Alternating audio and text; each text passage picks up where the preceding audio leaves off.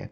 सुर्खी है कि आरबीआई अपनी कमाई का एक बड़ा हिस्सा भारत सरकार को देने जा रही है। भारत सरकार को दिए जा रहे डिविडेंड अनाउंसमेंट को क्या वेस्ट एशिया में आए हुए संकट से जोड़कर देखना चाहिए? नंबर एक। नंबर दूसरा, क्या भारत सरकार आरबीआई से कर्ज की जगह लाभ में से कट ले सकती है? यानी कि आप कर्ज मत दो, आपने जो कमा लिया उसमें से हमें दे दो। तीसरा, क्या भारत सरकार आरबीआई से पैसे लेकर देश की अर्थव्यवस्था को संकट में डाल देगी? ये सारी बातें आज के सेशन में डिस्कस होंगी। चर्चा इस बात की है कि भारत सरकार इस बार अब तक का, जब से आरबीआई बनी है तब से लेके अब तक का सबसे बड़ा लाभ का कट मांग रही है। क्या ऐसे में इस कट को लेते समय भारत सरकार देश की अर्थव्यवस्था का ख्याल रख पाएगी, या रिवर्स कहें, इस चल रहे आर्थिक संकट के दौर में जिस समय दुनिया भर का प्रेशर भारत पर बना हुआ है, तेल महंगा आ रहा है, पेट्रोल डीजल की कीमतें बढ़ चुकी हैं, उस समय पर आपके द्वारा इस तरह का जो प्रयास किया जा रहा है, क्या ये उस संकट से निपटने की तैयारी कंसीडर किया जाए? इसलिए आज का ये सेशन इंपॉर्टेंट होता है कि वजह क्या है, आरबीआई कर कैसे सकती है, कारण क्या है, और आरबीआई इसे करती है तो कमाती कहां से है? कमाने के लिए सरकारी संस्थाएं होती हैं क्या? सरकार का काम तो एक्सपेंशन होता है, जनता पर खर्च करना होता है, तो ये कमाई कैसे? इन सारे छोटे मोटे प्रश्नों का जवाब आज के सेशन में जरूर दिया जाएगा, क्योंकि हेडलाइन है कि RBI may pay highest ever dividend to help centre tackle West Asia crisis. ठीक है साहब, चलिए सर, सबसे बड़ा सवाल कि आरबीआई अपना हिस्सा भारत सरकार को क्यों दे रही है, इसके असर क्या होंगे, ये कैसे दे सकती है? पिछले साल इसने 2.69 लाख करोड़ रुपए दिए थे, तो इस बार कितना देगी? ये पूरे 10-15 साल का मैंने आपके सामने इतिहास रखा है। जब मोदी गवर्नमेंट नहीं आई थी उस समय भी, और अब जब सरकार 10 साल से साथ में चल रही है तब भी, 12 साल से, ये पूरा सरकार का लेखा जोखा है। 12-13 में जब 33,000 करोड़ दिए थे लाभ में से निकालकर, 13-14 में 52,000 करोड़ दिए, 14-15 में 65,000 करोड़ दिए, ऐसे ये लाभ बढ़ता चला गया। 16-17 में 30,000 करोड़ दिए, 18-19 में 2.25 लाख करोड़ दिए, फिर 19-20 में 57,000 करोड़ दिए। लेकिन साहब 23-24 और 24-25 का वित्त वर्ष देखें तो 2.25 लाख करोड़ और 3.25 लाख करोड़ रुपए आरबीआई ने निकाल करके बैंकों को दिए। ठीक है साहब, ये हो गई चर्चा।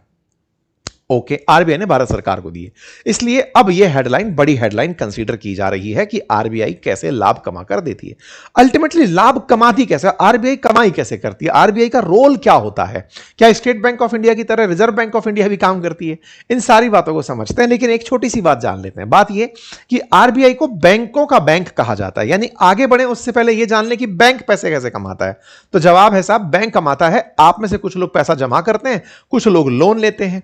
जमा करने वालों के पैसे को जब किसी लोन वाले को दे दिया जाता है तो बस यहीं पर पूरा खेल बैंक कर जाती है। आपने जमा किया, आपसे कहा आपको 5% ब्याज देंगे, 6% ब्याज देंगे।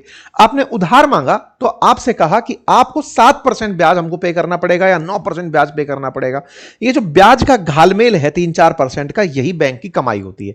सर 3-4% से कैसे काम चलेगा? सर हर 100 रुपए पे 3 रुपए आपके अगर हो गए तो आप सोचिए लाखों करोड़ रुपए के बजट में से आपके पास 3% भी कितना बड़ा अमाउंट बनकर आएगा। और यही अमाउंट घूम घूम कर, यानी कि उस बचत को भी कर्ज पर देकर उसको भी आगे पैसे से पैसा बनाने में इस्तेमाल किया जा सकता है।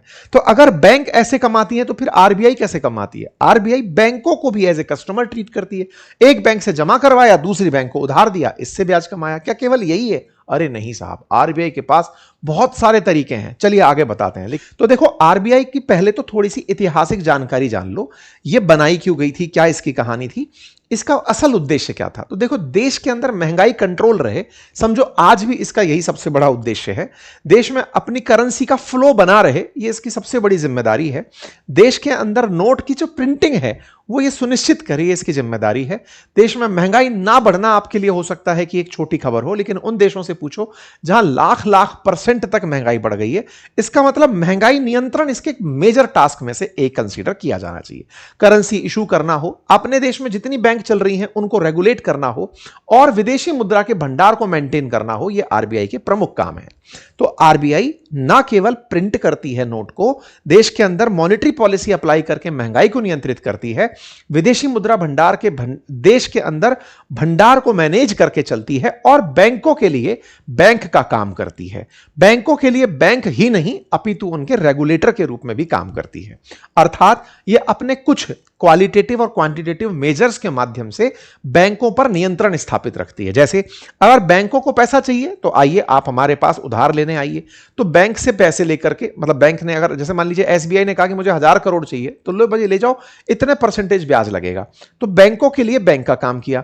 लेकिन ऐसा नहीं है कि ब्याज में ही आप याद करोगे इनको, नहीं, आपको कमर्शियल बैंक होने के नाते आरबीआई की बातें माननी पड़ेंगी। जैसे आपको एसएलआर कह रखा है कि इतना करोड़ रुपए अगर एनडीटीएल है आपके पास, नेट टाइम एंड एनडीटीएल अगर आपके पास है, नेट डिमांड एंड टाइम जो डिपॉजिट है अगर आपके पास, तो ऐसे में आपको इतना परसेंटेज इस धन का बैंक में ही रखना पड़ेगा। यह एसएलआर के तहत, स्टेटरी प्रावधान के तहत तय किया जाएगा। यानी कमर्शियल बैंकों के लिए ना केवल यह एक बड़ी संस्था बनकर बैठी रहती है, अपितु उनकी मदद भी करती है कि तुम्हें पैसा चाहिए उधार ले जाओ, ब्याज देके जाना, तुम्हारे पास ज्यादा जमा हो गया हमें जमा करा दो, मैं तुम्हें ब्याज दे दूंगा, जिसे रिवर्स रेपो रेट के नाम पर किया जाता है। आपको इतना कैश पूरे टाइम बैंक में रखना ही है, यह तय करती है कौन? आरबीआई। तो यह सब तरह से ना केवल बैंकों को मैनेज करती है बल्कि उनके लिए मददगार भी साबित होती है, इसी मदद से वो पैसे भी प्राप्त करती है। तो इस पूरी प्रक्रिया में आज क्या मसला है? मसला है कि आरबीआई इस कहानी में कमाकर कहां से लाती है, जब ये जिम्मेदारियां हैं उसकी, तो लाभ कैसे कमाती है, प्रॉफिट कैसे कमाती है? तो सबसे पहली बात, बैंक को कर्ज देकर कमाती है। बैंक ज्यादा ब्याज पर कर्ज लेते हैं, कम ब्याज पर पैसा जमा कराते हैं, तो वहां से लाभ कमाती है। दूसरा, विदेशी मुद्रा भंडार। जैसे आज डॉलर भारत के पास है, तो डॉलर के मुकाबले रुपया आज अगर डिवैल्यूएट हो रहा है, भारत सरकार ने अगर ट्रेड सरप्लस करके रखा हुआ है, बहुत सारे डॉलर कमा के रखे हुए हैं, तो डॉलर की वैल्यू बढ़ने के साथ साथ आरबीआई के स्टॉक की वैल्यू भी बढ़ती है। तो फॉरेक्स रिजर्व होने की वजह से वैल्यू इंक्रीज होती है, वो भी उसकी कमाई होती है। जैसे भारत के अंदर नेट इनकम 27% बढ़ी थी जब 2.69 ट्रिलियन डॉलर की हमारे यहां पर फॉरेक्स गेन हुआ था। ठीक है, तो यहां पर हमारी मेजर कमाई में फॉरेक्स का आना यानी विदेशी मुद्रा भंडार का आना हमारी कमाई का मेजर वो होता है। दूसरा, आपने विदेशी सिक्योरिटीज अगर रखी हुई हैं तो उसके ऊपर, जैसे आपने किसी देश के अंदर निवेश किया हुआ है, बैंक ने किया हुआ है, तो उस पे ऊपर से इंटरेस्ट कमा करके ये लेकर आती हैं। ऐसे ही डोमेस्टिक सिक्योरिटीज, डोमेस्टिक सिक्योरिटी कैसे समझिए? जीसैक बोलते हैं इसको, गवर्नमेंट सिक्योरिटी की तरह से समझिए। कई बार भारत सरकार आरबीआई से कर्जा मांगती है कि हमें इतना पैसा दे दो, तो भारत सरकार से भी आरबीआई कहती है कि सुनो दे तो देंगे, लेकिन कहो कि इतना परसेंटेज ब्याज पर लौटाओगे। इस पूरी विधा को हम गवर्नमेंट सिक्योरिटी कहते हैं। तो गवर्नमेंट अपना बॉन्ड लिखकर कहती है कि मैं भारत सरकार आपको वचन अदा करती हूं कि साहब मैं इतना पैसा आपको रिटर्न करूंगी। तो उस गवर्नमेंट सिक्योरिटी से भी ये लोग पैसा कमाकर निकलते हैं। ठीक है, ऐसे ही इंटरेस्ट इनकम जो आती है ना, वो यहीं से सरकार से भी ये लोग कमाकर निकलते हैं, और बैंकों से तो कमा ही रहे हैं। तो इन तमाम चीजों से ये अपने इनकम कमाती है। सरकारी बॉन्ड जारी जब होते हैं तो बॉन्ड क्या करती है सरकार कि साहब हमसे ये बॉन्ड पकड़ लो कि इतना पैसे में इतना पैसा लौटा देंगे। लाख रुपए मान लीजिए भारत सरकार ने आरबीआई से मांगा, लाख करोड़ मांग लो, तो उसको 1% के साथ रिटर्न करेंगे, ये कमिटमेंट है। तो ऐसा करके आरबीआई भारत सरकार से पैसा कमाती है। नोट छापती है। आप पूछेंगे फिर तो सर कितना भी पैसा कमाया जा सकता है। जितने देश के असेट हैं उसके कंपैरिजन में आप नोट छाप सकते हैं। देश की जीडीपी से बाहर आप नहीं निकल सकते, देश की असेट वैल्यू से बाहर आप नहीं निकल सकते, उतने ही नोट छापने का इसके पास काम होता है। और ऑपरेशन यानी ओपन मार्केट के माध्यम से कि बॉन्ड खरीदे और बेचे, इनके माध्यम से भी ये पैसा कमाने का काम करती है। दुनिया भर के बहुत से देशों में, जैसे यूएई का जो सॉवरेन फंड है वो दुनिया भर में निवेश करके चल रहा है, तो आरबीआई भी किसी दूसरे देश के अंदर निवेश करके लाभ कमा सकती है। तो इस प्रकार से ये मुनाफा कमाती है। ठीक है साहब, अब सबसे बड़ा सवाल यह है कि अपने मुनाफे को कंट्रोल करने का कोई सिस्टम है इसका? बिल्कुल है। यह अर्थव्यवस्था में तब तक टांग नहीं लगाती जब तक उसके तय किए हुए मानकों पर बाजार चल रहा होता है। जैसे आरबीआई की एक मॉनेटरी पॉलिसी कमेटी है, उसने यह नियम बना रखा है कि देश की महंगाई 2 से 4% बढ़नी चाहिए, ±2, मतलब 2% से लेकर 6% तक साल की बढ़े तो चलेगा।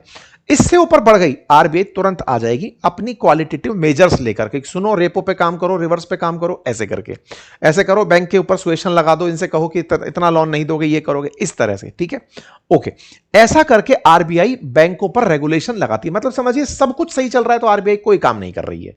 लेकिन अगर कुछ भी अर्थव्यवस्था में इधर उधर हो रहा है, जैसे रिसेंटली आपने देखा कि भारत सरकार ने कहा कि गोल्ड मत खरीदो, फर्टिलाइजर मत खरीदो, तेल मत खरीदो।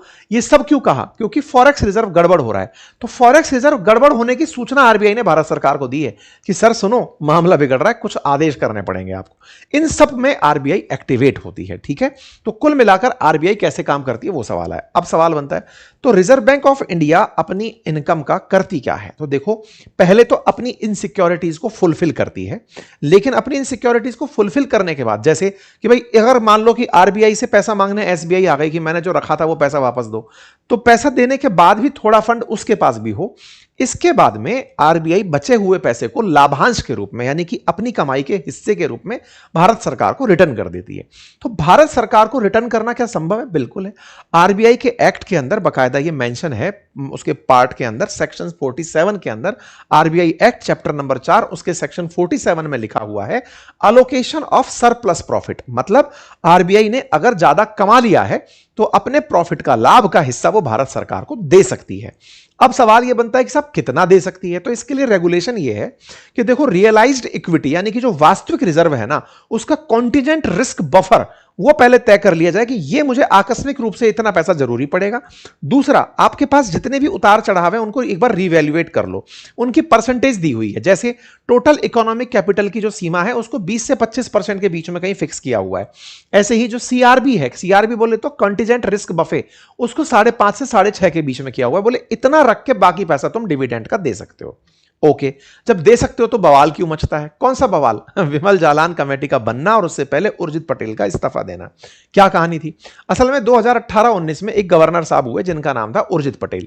उर्जित पटेल से भारत सरकार ने कहा कि हमें 2.5 से 3 लाख करोड़ रुपया आप अपनी आरबीआई में से निकाल कर दो, डिविडेंड के रूप में दो, हम बॉन्ड से नहीं मांग रहे। उर्जित पटेल ने मना कर दिया कि सर इससे अर्थव्यवस्था गड़बड़ा जाएगी, मैं 2-3 लाख करोड़ रुपए आपको नहीं दे सकता। भारत सरकार ने कहा कि हमारा आदेश है, बोले आरबीआई ऑटोनोमस है, हम आदेश नहीं मान सकते।